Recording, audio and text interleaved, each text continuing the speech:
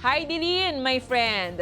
Muli ngang naging usap-usapan online ng umano'y o tinaguriang lifetime free fuel supply na insentibo kay Olympic gold medalist Heidelin Diaz ng Phoenix Petroleum, kasabay yan ng pagtaas ng presyo ng langis sa buong mundo ngayon.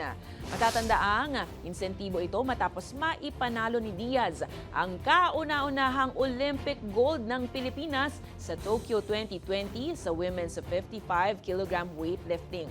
Pero ayon sa kanyang manager na si Noel Ferrer, hindi umano naging ganap at tila drawing lang ang panghabang buhay na supply ng krudo. Pero naglabas naman ng pahayag ang Phoenix Petroleum at sinabing natupad nila ang kanilang pangako.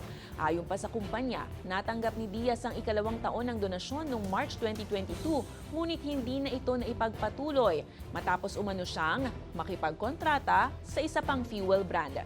Git ng kumpanya, ng mga corporate donation ay may mga kaakibat na kondisyon gaya ng brand alignment, kaya hindi na natuloy ang arrangement nang mabago ang sitwasyon.